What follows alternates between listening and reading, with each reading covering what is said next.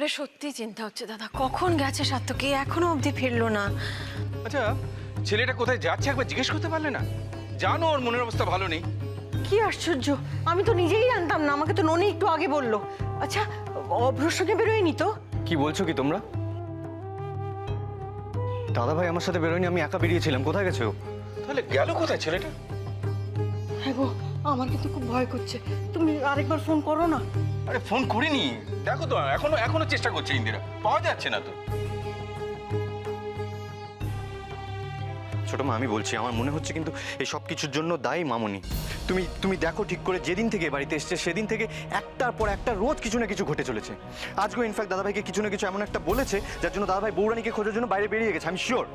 কিন্তু কারুকে না বলে তো বেরোয় না কখনো, এটা করলো কেন?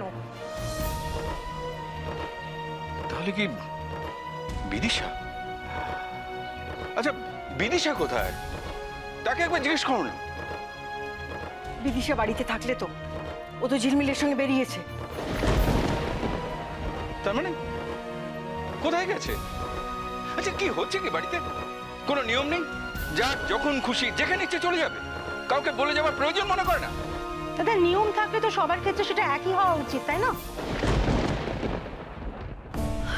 সার্থকী, দাদাভাই কি কোথায় ছিলিস তুই?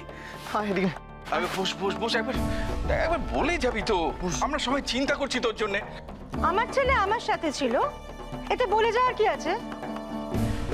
বাবা, উপরে যাও, তোমার উপর দিয়ে যা যাচ্ছে, যাও, রেস্ট নাও, যাও যাও।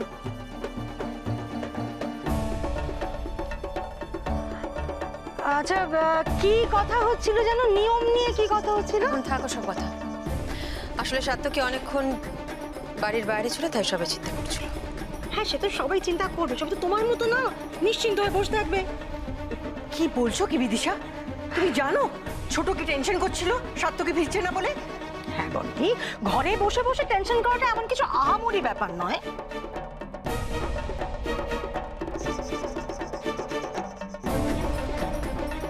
বিদিশা, তুমি একটু থামবে? দাদা, থামতেই তো চাইছি, তাই তো কাউকে কিচ্ছু না বলে আমার ছেলেকে আমি একা একা খুঁজতে বেরিয়ে পড়েছিলাম। রাস্তায় রাস্তায় কিভাবে ছেলেটা পাগলের মতো বউটাকে খুঁজে বেড়াচ্ছে দেখা যায় চোখে। ছি, ছি, ছি, ছি, ছি। আচ্ছা শোনো, আমি তোমাদের সবার কাছে একটা অনুরোধ করব, প্লিজ আমার ছেলেটাকে ভালোবাসলে, তার ভালো চাইলে ওটা রাখার চেষ্টা করো। কনককে খোঁজো, চাইছে করো, আমার কোনো আপত্তি নেই, কিন্তু প্লিজ এটা নিয়ে সভা সমিতি বসিও না। হ্যাঁ,